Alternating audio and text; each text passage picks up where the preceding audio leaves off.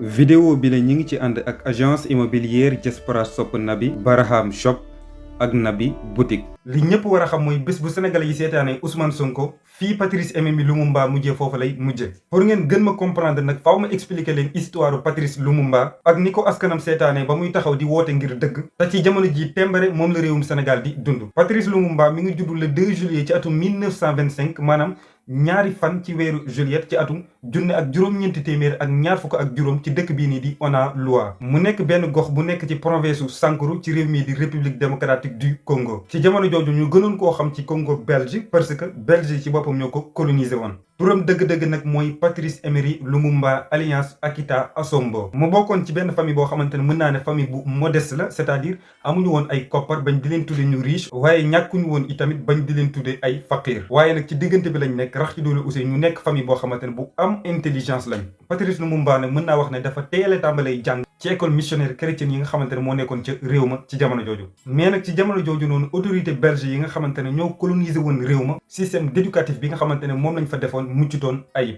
maanaam nekkutoon ab système d'éducatif boo xamante ne daf doon tàggat ndaw ña ci jamono jooju ngir ëllëg ñu nekk ay figure yoo xamante ne yu majeur la ñuy doon ngir liggéey pour seenum réew. waaye dañ faa tëraloon benn système d'éducatif boo xamante ne dafay former ay figures yoo xamante ne dafay jëm ci seen wàllum intérêt. c'est-à-dire école bi du question dafay créer ay kàngam ak ay intellectuels yoo xamante ne dañuy xalaat wala sax ñuy liggéey pour seenum réew. waaye dañuy jéem a transformer seen bopp yi ngir bu ñu jàngee ba noppi dañuy nekk ci service su tubaab yi. naka jëkk nag Patrice Emery Lumumba bi muy gën a nekk tuut tànk dafa bëggoon lool am njàng rawatina li nga xamante ne moo di wàllum taarix maanaam histoire. mu ci doon sonn daan wut ay téere ak ay livres yu bëree bëri di càmbar histoire di gën a éveiller conscience am aussi dans le futur. comme ni ko activité de formation autodidactique am laajee ci atum 1943 wax nañ ne ci la commencé di liggéey ci benn société minière bu doon wuyoo ci turu Simeten nekk ci dëkk bii nii di Kalima. mu nekk plus précisément ci région bii nii di Maniema nekk ci estu réew mi nga xamante ne moo di Congo wax nañ ne liggéey na fa ba ci atum 1945.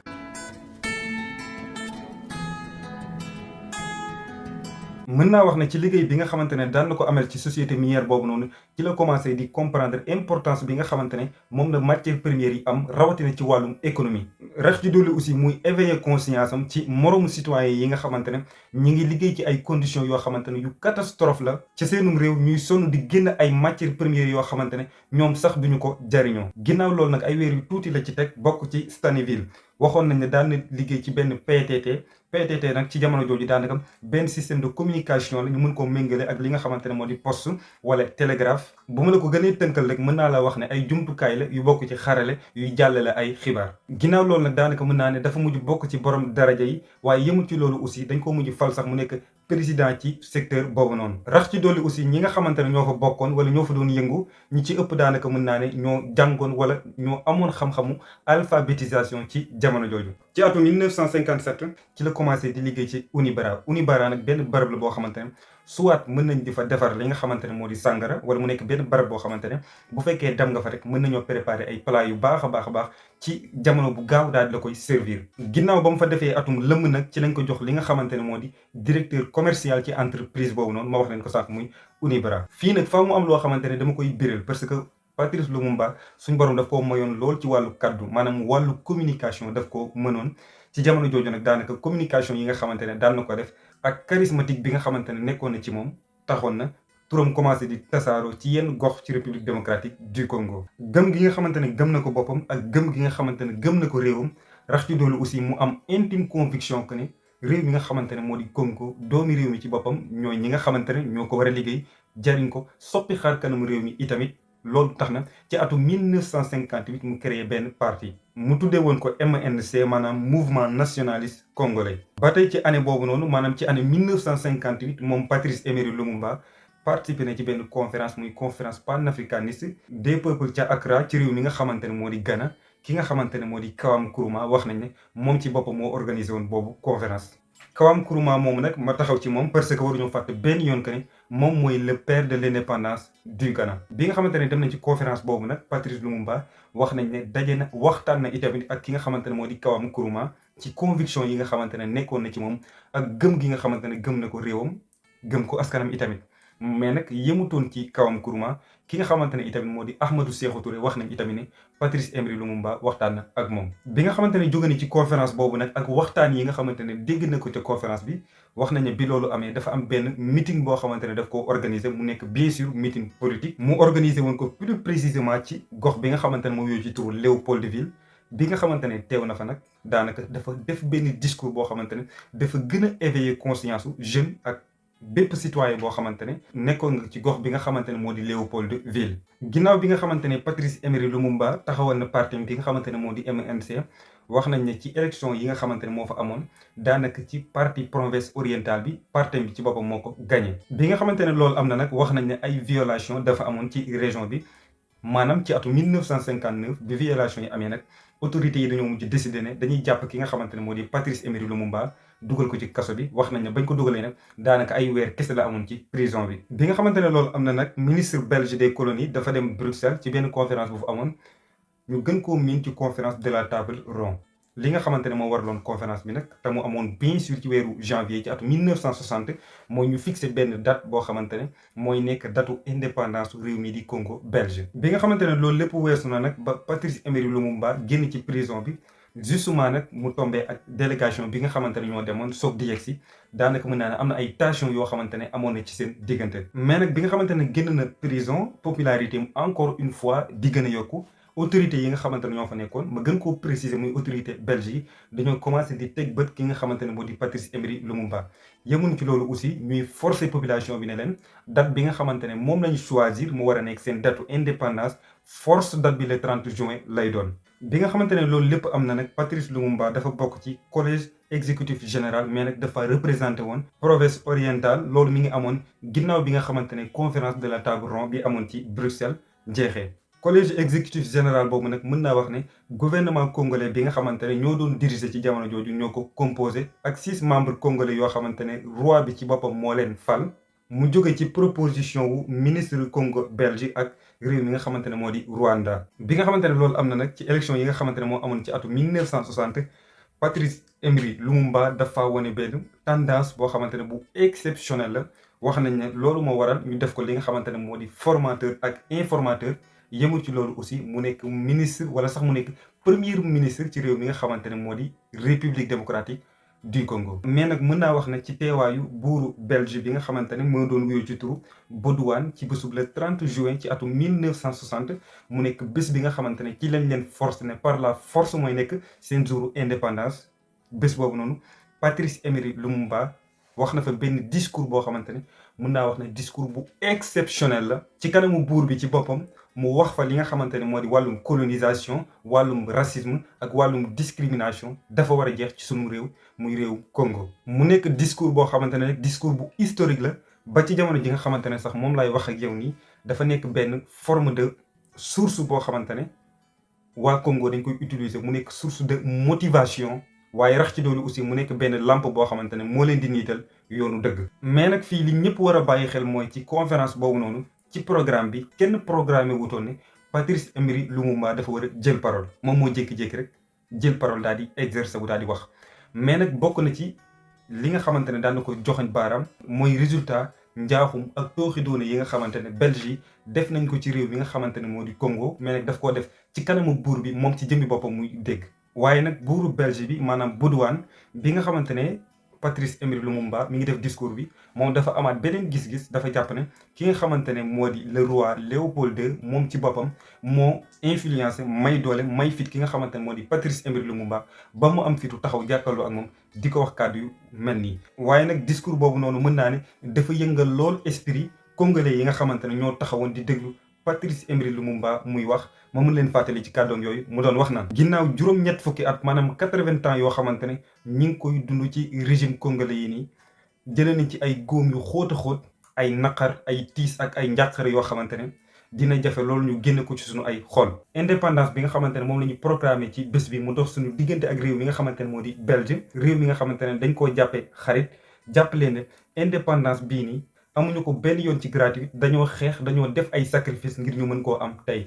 mu nekk ay kaddu yoo xamante ne nag ginnaaw ba ko Patrice Emery Lumumba yëkkatee mu wuutoo lool ak kaddu yi nga xamante ne Joseph Kasavubu moom la yëkkati ci bés boobu noonu. mën naa ne bët bi nga xamante ne moom la ko tubaab yi doon xoolee daanaka dafa gën a radical. ginnaaw bi nga xamante ne Patrice Emery Lumumba yëkkati na kàddoom yooyu nag buuru Belge bi muy Bédouane wax nañ ne dañoo tàmbali di ko yuuxu congolais yi nga xamante ne ñoo teewoon ci ndaje googu tamit am beneen naqar daanaka mën naa ne jëmale ko ci moom. te li nga xamante ne moo ko waral mooy kàddu yu dëgg yi nga xamante ne Patrice Emery Lumumba am na courage taxaw yëkkati ko ci kanamam. bi nga xamante ne loolu am na nag buur bi daanaka mën naa ne daal di mer jikkoy nguur yi tamit commencé di ko dugg mu wax ne autorités yi dañoo wane ak yaafuus ci kanamu jëm ji nga xamante ne moo di Patrice Emery Lumumba ak ñi nga xamante ne ñoo ànd ak moom. yemul ci loolu aussi mu tàmbalee di nas ay pexe ngir daaneel ki nga xamante ne moo di Patrice Lumumba. mën naa wax ne nag jéego yi nga xamante ne moom la njëkk a soqi ngir jëm ca loolu mooy ki ñuy tuddee Arlot Daspromo Linden moom la fal mu nekk ministre des affaires africaines. bi nga xamante ne loolu am na nag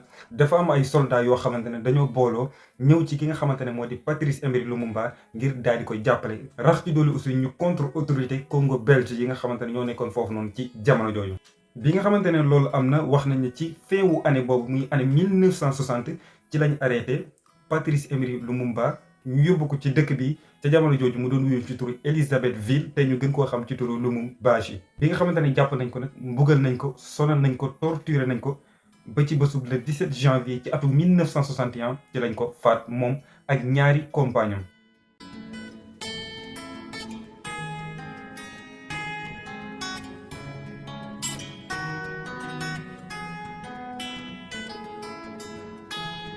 ñu doon wuyoo ci turu Maurice Impolo ak Joseph Okito. ñi nga xamante ne ñoom lañ choisir nag ngir ñu def jëf ju ñaaw jooju noonu ay séparatistes lañ wax nañ ne ñu nekk ci dëkk bii di wuyoo ci turu Katanga mu nekk ci sudu Congo. ni nga xamante ne noonu lañ ko faatee nag moom Patrice Emery Lumumba wax nañ ne dañ koo yëkkati tàbbal ko ci biir acide. imaginer jëf ju ñaaw jooju noonu ba finalement sax dañoo mujj ne dafa disparaître, c'est-à-dire mënuñ la wax ne fii nii la bàmmeelam nekk ngir xeetu rey gu ñaaw gi nga xamante ne rey nañ ko héros boobu te li ko taxoon a jóg rek mooy dimbale askanam xeetali askanam. lii mooy histoire Patrice Emery Lumumba donte ne récemment ci at yi ñu mujjee génn réew mi nga xamante ne moo di Belgique delloo na benn bëñ wax na bëñ bi bëñu Patrice Emery Lumumba la. mais loolu ay détails la yoo xamante ne andiwuma ko ci vidéo bi tey dama ñëw spécialement pour expliquer leen ba ngeen comprendre dëgg-dëgg injustice bi nga xamante ne moom lañ teg ci kàngamu Afrique bi. la majeure partie nag li benn borom xam-xam di wax daanaka Afrique kàngamam yépp boo leen di wër da ngay dem ci biir armeel yi mu nekk loo xamante ne aussi lu ñu war a éviter lay doon. di leen wax nag ngeen di wéy di gën di abonné ci seen canal bi nga xamante ne moo di Italiano Wolof. di leen nuyu bu baax a baax itamit di rafetlu seen teewaay ñi ngeen di aimer vidéo yi en même temps aussi di ko partager. di leen wax nag mën ngeen ñoo suivre ci TikTok, Facebook ak Instagram. bu ko defee ma bàyyi leen ak sama partenaires yi agence immobilière Diaspora Sopp Nabi Barham Shop ak Nabi Boutique. ñëw leen bindu kër yi pare na.